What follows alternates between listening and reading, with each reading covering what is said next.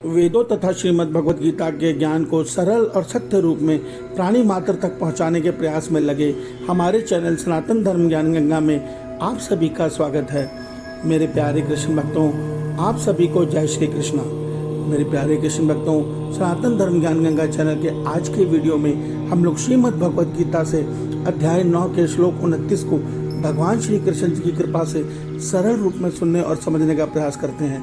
जय श्री कृष्णा। समूहं सर्वभूतेषु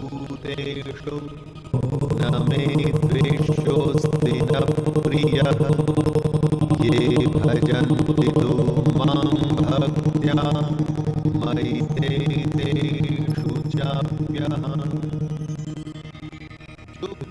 मेरे प्यारे कृष्ण भक्तों, श्रीमद् भगवद गीता के अध्याय 9 के श्लोक 29 में भगवान श्री कृष्ण जी अर्जुन के माध्यम से हम सब मनुष्य को यह सत्य बता रहे हैं कि हे अर्जुन, मैं सब भूतों में संभाव से व्यापक हूँ। ना कोई मुझे प्रिय है, ना कोई मुझे अप्रिय है, परंतु जो भक्त मुझे प्रेम से भजते हैं वह मुझ में हैं और मैं उनमें प्रत्यक्ष रूप से प्रकट हूँ। मेरे प्यारे कृष्ण भक्तों, श्रीमद् भगवद गीता के अध्याय 9 के श्लोक 29 को आइए हम भगवान श्री कृष्ण जी की कृपा से सरल रूप में सुनने और समझने का प्रयास करते हैं। जय श्री कृष्णा।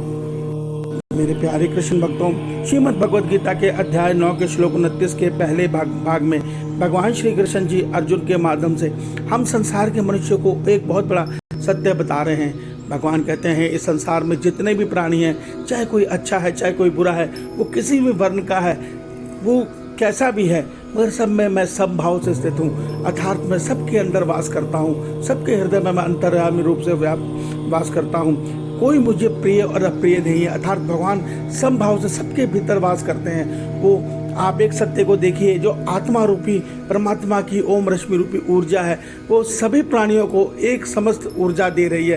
किसी में कम ज़्यादा ऊर्जा का सवाल ही नहीं होता। भगवान ने सबको इंद्रियां दी हैं, सबको सोचने समझने की सब मनुष्यों को शक्ति दी है। हाँ, इसको कम ज़्यादा करते हैं हमारे कर्म के अनुसार ये शरीर हमें मिलता है।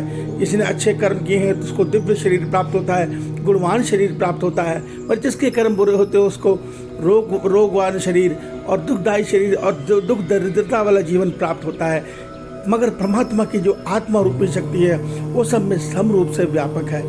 उससे आगे भगवान कहते हैं, मगर हे अर्जुन, जो भक्त मुझे प्रेम से भजते हैं मैं उनमें सदैव वास करता हूँ और वो भक्त मुझ में वास करते हैं। इसको आप इस सत्य से इस तरह समझिए।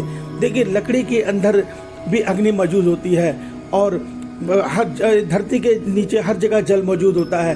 पर जब लकड़ी को हम घिसते हैं, रगड़ते हैं और चिंगारी दिखाते हैं तो उसमें अग्नि उत्पन्न हो जाती है। ठीक इसी प्रकार धरती में जल तो हर जगह मौजूद है, मगर जब हम जल को धरती में खोद कर कुआं बनाते हैं तो वहाँ हमें वो जल प्राप्त होता है। ठीक इसी प्रकार भगवान कहते हैं, जो मुझे निष्काम प्रेम करते हैं, जो केवल मेरे प्रेम में जीवन जीते हैं, उनसे मैं कभी दूर नहीं होता।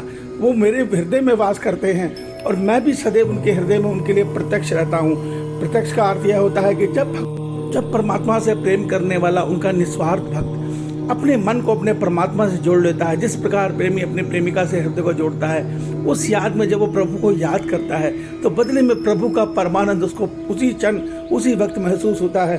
उसको यह आभास होता है कि प्रभु मेरे साथ है। बस प्रभु को अपने साथ पाकर वो भक्त प्रभु के परमानंद में आनंदित रहता है, परमानंदित रहता है। उसको संसार के सुख दुख का भान भी नहीं होता। इसका उदाहरण मीरा माँ को देख लीजिए, सूरदास जी को देख लीजिए, जो किसी भी अवस्था में, चाहे वो सुख में थे या शरीर उनका सुख में था या दुख में था, वो तो परमात्मा के परमानंद में स्थिर रहते थे। उनको सुख दुख का पता ही नहीं चलता था। देखिए, इसको आप एक उदाहरण से समझिए। आप किसी से प्रेम करते हैं और एक भीड़ भरी बस में जा रहे हैं, वहाँ बहुत भीड़ है और बहुत दुखदायी सफ़र है, गर्मी है, पसीने आ रहा है, आप प्यास से व्याकुल हैं। मगर जब उसी भीड़ में आप अपने किसी को आप चाहते हैं, किसी को प्रेम करते हैं, उसको देख लेते हैं तो आपकी सारी पीड़ा दूर हो जाती है।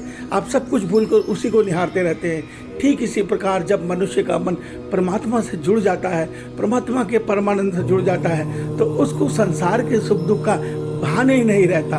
ये अवस्था हम तब जानेंगे जब हम परमात्मा से निस्वार्थ प्रेम कर पाएंगे।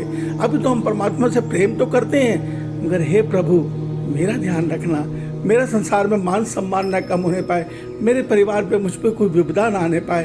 तुम मेरे हो, मैं तुम्हारा हूँ। अर्थात हम भगवान को अपने साथ इसलिए रखते हैं कि हमारे जीवन में कोई कष्ट ना आने पाए।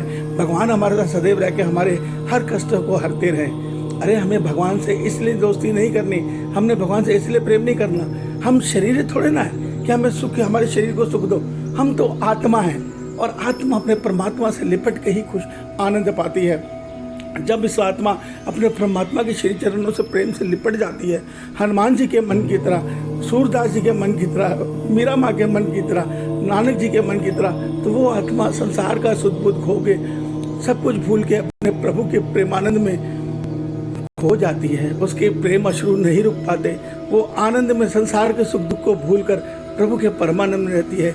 ये भगवान ने कह दिया आज के श्लोक में कि जो मेरे को प्रेम करने वाले निष्काम भक्त हैं वो ही इसी अवस्था तक पहुंच पाते हैं। देखिए, पृथ्वी के नीचे जल तो सब हर जगह मौजूद है, मगर जहाँ कुआं खोदा जाएगा जल वहीं से प्रकट होगा। इसी प्रकार भक्ति रूपी निस्वार्थ प्रेम जहाँ होगा वहीं परमात्मा का परमानंद से मन जुड़ पाएगा।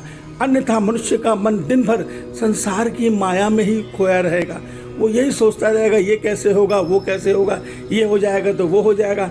अर्थात वो भगवान के सामने भी जाएगा तो भी अपनी चिंताएं और अपना सुख दुख का वर्णन ही करता रह जाएगा। इस सत्य को समझिए। ईश्वर आप सबका कल्याण करे। आपका दिन शुभ हो। जय श्री कृष्णा, जय श्री कृष्णा।